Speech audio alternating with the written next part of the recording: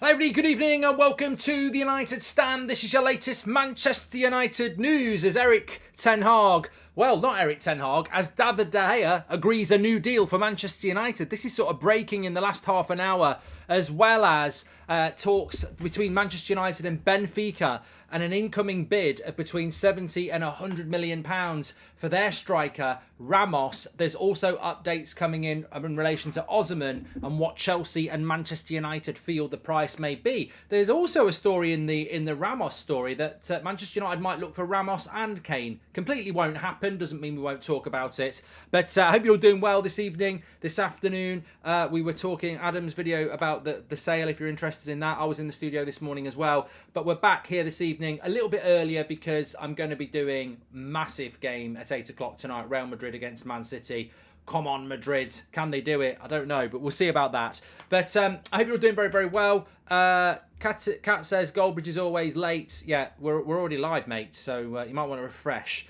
But look, let's get straight into it. I'm going to start off. We are going to talk about Ramos, but let's just talk about this breaking David De Gea news because it's the fresh news. So this is what is being said. It's coming out from multiple sources, but mainly we're going to focus on what's been said in the Telegraph. De Gea has agreed the terms of his new contract at Manchester United to stay beyond the current season. Now, remember, David De Gea had a year left on his contract, like Rashford, like Dalot, like Luke Shaw. Those contracts were all renewed for an extra. Well, they went for the extra year, so that gave them time to negotiate a new contract. With Manchester United, they didn't add a year to De Gea because it would have been 350k a week. So they wanted to get this negotiated now to reduce his wage on any future deal. So David De Gea has agreed the terms of this new contract at Manchester United to stay beyond the current season. The framework for David De Gea's new deal has been negotiated. All that is left is for it to be signed off by United before an official announcement can be made.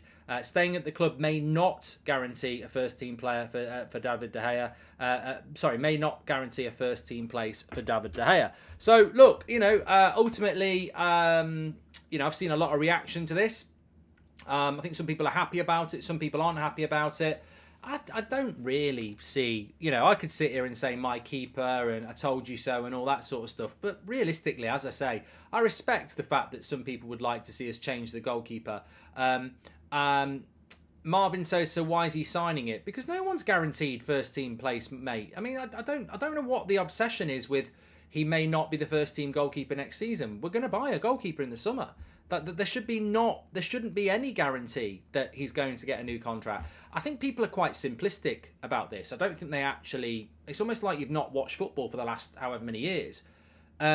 Nobody's guaranteed a first team place. They never should be. Nobody should get that in their contract. Marcus Rashford shouldn't get it. Bruno Fernandes shouldn't get it, and David De Gea shouldn't get it. Nobody should have it in their contract that you're guaranteed to start every single game. We're Manchester United, so I don't even take any notice of that. I even saw people that don't want De Gea to stay saying, I'm not taking any notice of this whole he's not first team goalkeeper because I don't believe that. What's that got to do with the price of bread? It doesn't mean anything. Nobody should be guaranteed a first team spot. If they're keeping De Gea, clearly he has a very good chance of being our first team goalkeeper next season. What the fee will be, look, he's on 350k a week. I imagine it will come down to about 200k a week, and it will be, incentivised with clean sheets and first team appearances, etc., like that. From a business point of view, I knew this deal was going to get done. From a business point of view, it's a no-brainer. I mean, he's been on 350k a week for the last few weeks, months, years. He's still in his early 30s. If you don't sign him to a contract, he walks out the door with nothing. We're still owned by the Glazers. His value is nothing if he walks out the door. There is an asset there that we've paid a lot of money for over the last few years. We were always going to sign him a new contract. Even on a business level, we were always going to get him to sign a new contract. On a footballing level, that's what we're interested in. I think that, look, what I would say is, and I don't have all the answers and neither do you, but what I don't understand about these people that want him out of the club, legend of the club, whatever you think about him, I don't know why people hate him or dislike him. He's a legend of the club. He's earned your respect. Surely, even if you want a new goalkeeper, the best scenario is we sign him on a new contract and he works with the new goalkeeper as a handover. I mean, at the very basic level, surely that's what everybody wants. Even the people that don't want him to be our goalkeeper anymore. Surely you want a handover. Surely you want a transition. Maybe you're not old enough to remember what happened when Schmeichel went. But surely, even if you want a Costa or a Raya or a Henderson or whoever, you want a handover period. So I don't really understand why people are stressed about this. I think the worst thing we could have done is not renewed his contract altogether and just got rid of him. There's an asset there. So, and I think the asset for me is the experience. And I think the asset for me is that David De Gea, is not a troublemaker. And I think if a young goalkeeper comes in and takes his place, I think he's mature and professional enough, like what's happened with Spain, to, take that on the chin and support the manager and the new goalkeeper. So I don't really see a massive negative. I think it's completely obvious that the new contract was going to be signed. And I think it's completely obvious that no matter what the future is, a new goalkeeper coming in with the support of David De Gea is a no-brainer as well. I think there's so much that can be taught and learnt and supported. I mean, imagine if you brought in a goalkeeper for this summer and David De Gea wasn't there and it went wrong for them. Who do you want to give him that experience or support? I think David De Gea is perfect for it. So for me, it's a no-brainer. It makes a lot of sense. Who will be the first team goalkeeper next season? I'm not actually going to sit here and say it will be De Gea. Maybe it won't be De Gea. Maybe it will be De Gea. I think it'd be a little bit odd to give him around 200 grand a week and then have him sit in the reserves. I think that would be a little bit odd, but we don't know the length of the contract. Maybe the contract's just for 2 years. If the contract's for 2 years, it doesn't look very long term. So there's lots of it we don't know about, but I think it's getting a bit silly now with the amount of people who are replying to him in his tweets and saying, get out of my club. Because even if you want a new goalkeeper, as I just said there, the logical thing is a transition and a handover anyway. I mean, I think it's just getting a bit nasty and vicious against the club legend now who doesn't deserve it, who's had 15 clean sheets and is in one of the best defences in the league. Hi Mark, happy birthday 2 weeks ago, but finally got the chance to send a super chat. Birthday was 2 weeks ago. Happy birthday, Taco. Spot on, Mark. Spot on. We need to have a coffee or drink together, talk about whatever, because this is all must fry your brain like all of us. I do follow you on Twitter, says Paul Woolley. Thank you very much. We don't know the length of the contract. We don't know what it's worth, and we don't know what the wage is. Ranveer says you're being a hypocrite. I'm definitely not. Although Sue says you always post his prop on Twitter, yet complain when we post our frustration about him.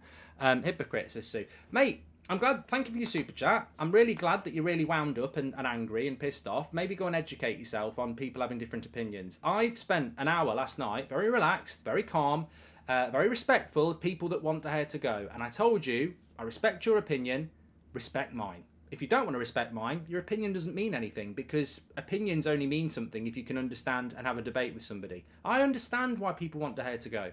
I don't really care whether you want him to go. It doesn't matter to me. I don't want him to go.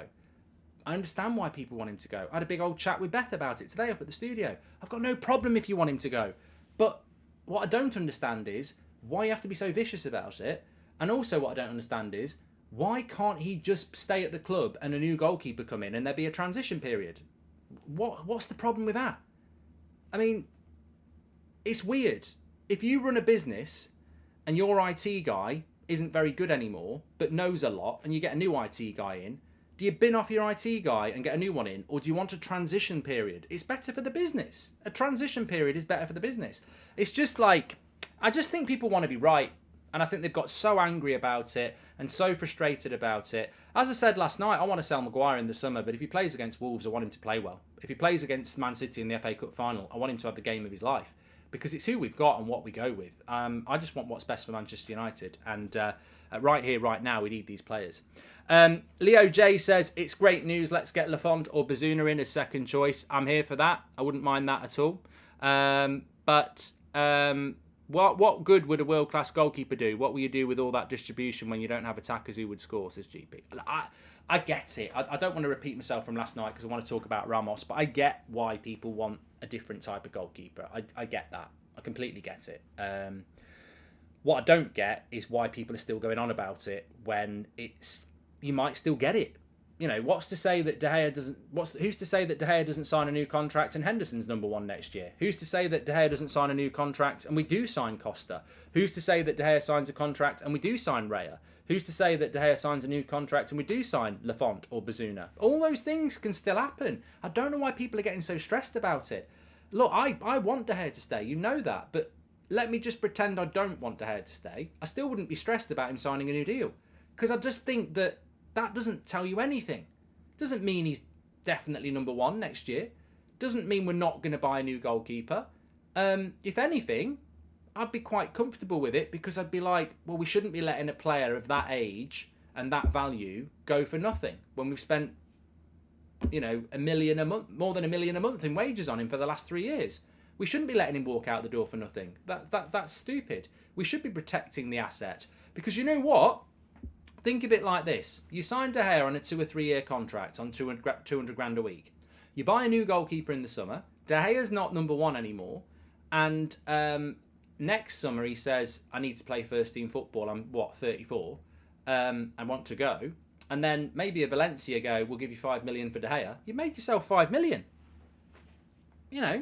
So look, I don't have a problem with it. I think sometimes people just don't want to use the word "be" in football business, but it's a very sound business decision as well. A plus with going for Ramos is that I doubt he's going to have a higher wage packet than the likes of Osman or Kane, and one for the future, says Mason. When the time comes, who would actually need him and who can afford him? We'll have to keep him anyway, so may as well put pressure on him with another top keeper and see where it goes, says Smoggy. And do you think it's realistic to work and improve his distribution for next season? I don't think improving on distribution is that difficult, says Shahin. Look, I saw that pass to Luke Shaw against West Ham, and it was dreadful. The one from the goal kick. The weight of it, the angle of it was shocking. It was absolutely shocking. And look, most of us could have played that pass. I don't know what goes wrong sometimes with his distribution. He should be better at it. I think he has been better at times this year. I think he should be better at it, but a lot of people would say it's never going to get any better. I don't know. Anyway, we can come back to that. Let's talk about the headline, the thumbnail. So this is coming in this evening that Manchester United want Gonzalo Ramos of Benfica. And the story goes like this. Manchester United are preparing to step up their interest in Ramos with a potential record bid as part of a major summer rebuild. This could also be part of a Harry Kane and Ramos double transfer summer. A deal worth between 70 and 100 million, including add-ons, is poised to be discussed between Manchester United and Benfica for Ramos. Now, we have got a story coming in about Osman from the Mail, but let's just focus on that, because what we have to remember here is that we have got lots of options in the striking department. What we need to know is what our transfer budget is and who the owner is going to be. Do I think it's likely that we would sign a Harry Kane and a Ramos? No, of course not. I think if you were going to buy two strikers, you'd buy a Harry Kane and maybe you'd go for someone like a Thuram on a free. I don't think you would. What would the point be in buying two strikers for £100 million? It's absolutely ridiculous. So no, I don't think that's going to happen. Is Ramos an alternative to Harry Kane or Osman? Yes, he is. I think he's a very, very expensive one. In fact, let's just do a poll on this. Would you sign Ramos? I just want to know where people stand on this. Ramos for let's say 80 million. Is he the sort of striker you would like at Manchester United? Do you think he solves our problems at Manchester United? Is he good enough, like Cool says? Hi Mark, buddy, it's my birthday today. Could I have a shout out, says the fuzzy one. Yes, you can. Happy birthday, mate. Slow Sports News says Ramos from Benfica would be a great addition to our squad. This is the type of player Erik ten Hag needs for his rebuild. Yes, squad, I think he'd be great, but the money you're spending there, surely you've got to be looking to sign him as a first team player. Rash has been a member for 10 months, thank you.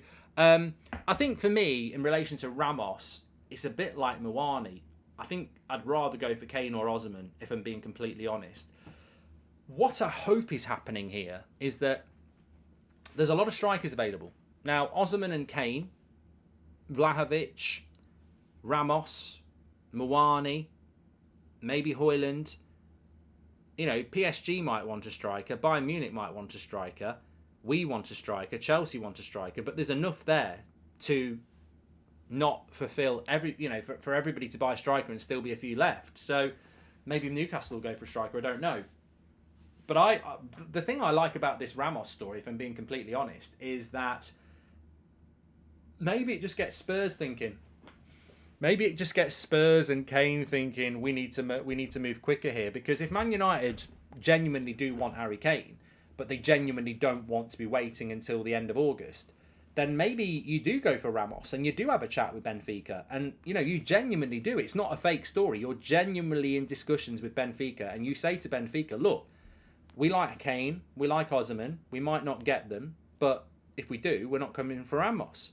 Who else is coming in for Ramos? So look, if you want 80 million quid for Ramos right here, right now, let's start talking about a deal. And maybe Benfica go, yeah, let's do it. And then maybe Spurs go, shit, we haven't really got anybody for Kane to go for. And maybe Kane's going, I want to go, and you're ruining my opportunity. If United are really clever here, they could end up getting Ramos on a really good deal, or they could spark Spurs or Napoli into a quicker deal. Now, I don't think Napoli are really going to be sparked into it, but I think Spurs have to be, with Kane wanting to leave and only having 1 year left on his deal. If suddenly the only viable option for him is Manchester United, and we're talking to Ramos, it might kickstart that Kane deal to be a quicker deal. So I don't mind us being linked to Ramos. Genuinely, my concern with Ramos is I haven't seen loads of him. I've seen bits of him, obviously in the World Cup. He had quite a good World Cup, and a little bit for Benfica. I don't know. I liked Darwin Núñez. I'd still take Darwin Núñez at Man United now, even though some people want to call him a flop. I still would. But it does make you worry a little bit about, that sort of a player. You bring him in, and if he flops, it's like, shit, we could have gone for other people. But 53% of you say no to Ramos, and 47% say yes. And he is one of those players that sort of splits opinion. I like any striker option that does not help a direct rival by giving them a boatload of cash for a striker over 30. Well, I think that's a great point to remind yourself about, Stephen. Thank you very much for your super chat. And I definitely agree with you about it. I've said it a few times. I don't like the idea of giving any money to Spurs for Harry Kane, but ultimately that's what will happen. I don't want to strengthen a rival. I think a few weeks ago, if I would have been maybe arrogant enough to say Spurs aren't a rival, but I think looking at the last couple of weeks, is it realistic that Spurs won't be a rival next year? If they get Nagelsmann in and they spend that £100 million well, they've still got Son, Kulusevski, Richarlison. I actually think Richarlison might do a good job as Harry Kane's replacement. I'm not convinced it's the end of the world for Spurs. And if they spent that money well on the defence and got a good coach in, who's to say that Spurs won't be a decent team next year? So I don't like the idea of giving big money to rivals. There's a story coming in from the Mail as well that Napoli are insisting publicly that Victor Osimhen is not for sale. But the general consensus, at least between Manchester United and Chelsea, is that he is for sale for around £130 million, and that's coming in from the Mail. I mean, £130 million is a hell of a lot of money. It's a lot of money, £130 million for Osimhen. I mean, you could argue that if you're paying £100 million for Kane, £130 million for Osimhen's about right. But my problem with that sort of signing is, and I do like Osimhen, I'd be over the moon if we got Osimhen, but my big concern about it is that if you spend £130 million on Osimhen, how much is left in the Manchester United transfer budget? I don't think there's a hell of a lot left, is there? So that's what worries me about that. My information, and I always have had decent information from Chelsea, is that they're very confident that they can get Osimhen, and that's the striker they want.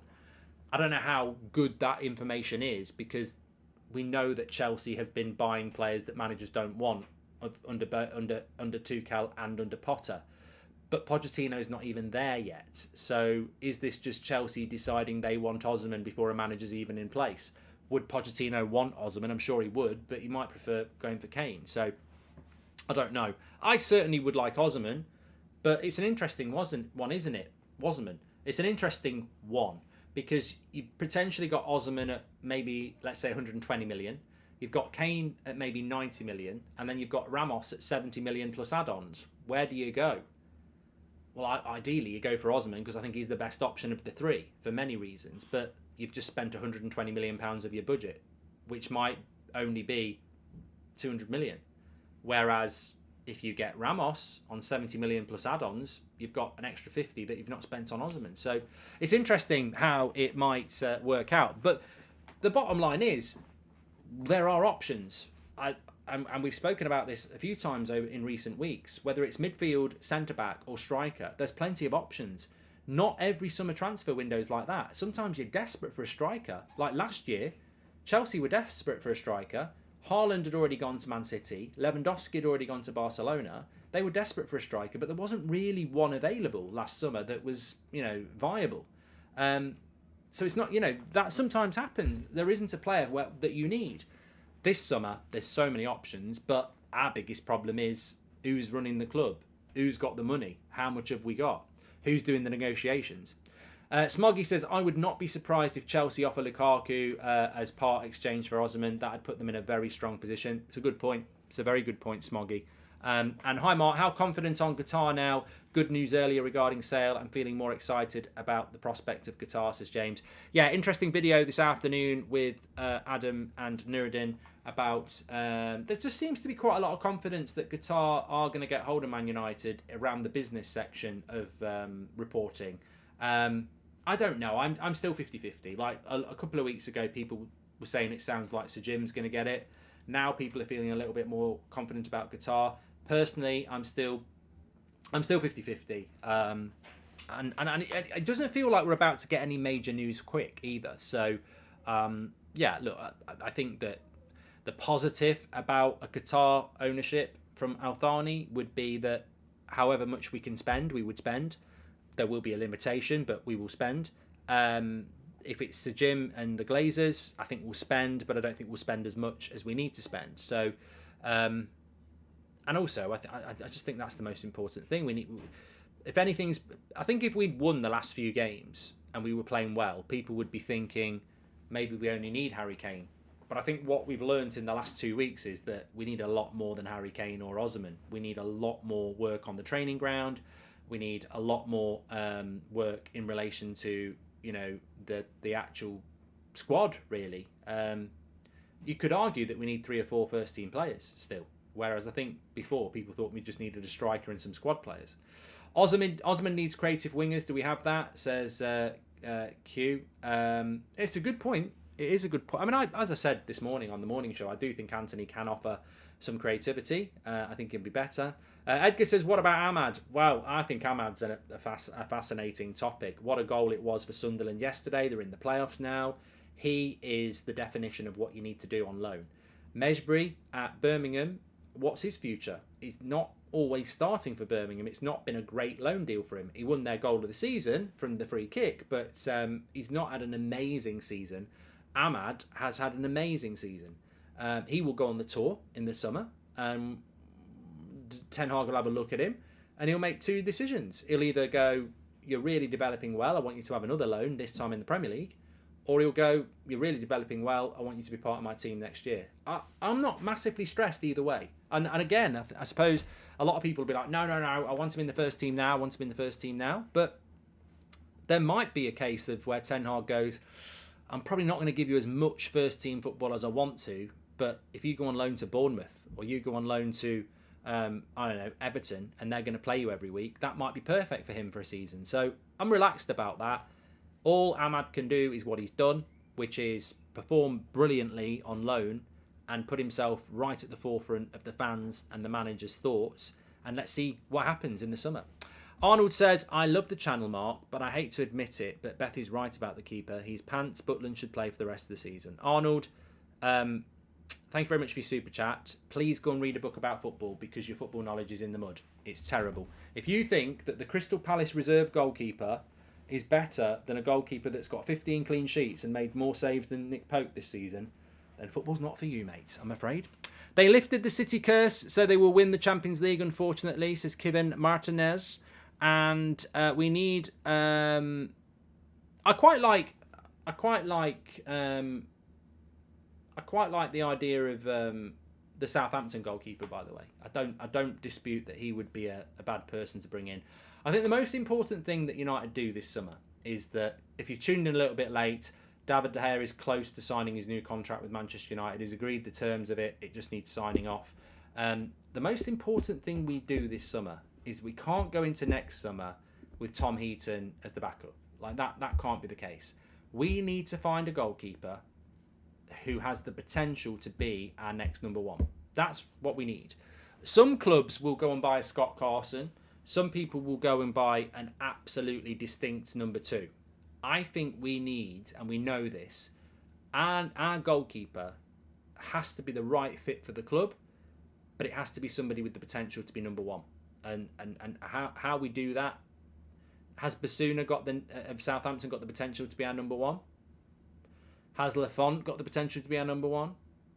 Has that Croatian goalkeeper got the potential to be our number one? I don't care if they're not ready yet. Maybe they won't be ready quite yet. Maybe they need a season of transition. Maybe De Gea needs that season of transition. But we've got to have somebody in the squad ready to compete from day one. And I don't think it can be Dean Henderson. Hear me out. I'd like to see Pickford at United. Oh, Jack. God, no. I think he's overhated and his Everton's only positive and his distribution and personality is perfect. Oh, mate, he's got so many mistakes in Pickford. And he's a bit of a prat as well. I wouldn't want him in goal. I don't massively rate Pickford. I think he's... Yeah, I don't. And what's his big game experience as well? Has he ever played in Europe? I think the only time he's been in Europe is when he goes on holiday. I wouldn't bring Ben Foster back as much as it would be great. It'd be great for the channel. I don't think we want. Ben Foster's not one for the future, is he? He's not one who's going to be our number one for a very long time. I think he would have been a very good number two to David De Gea for the last 5 years, but no, not now. Greenwood for Vlahovic would be a great deal, says John. And do you think the contract is an Erik ten Hag decision, says Robert McCormack? I think that's a great question, Robert, and I think it's unfair to answer it with any definition because we'd both be guessing. I don't think Erik ten Hag lies. I actually think Erik ten Hag does want him to stay, and I can only go on things you hear and things you publicly and behind closed doors.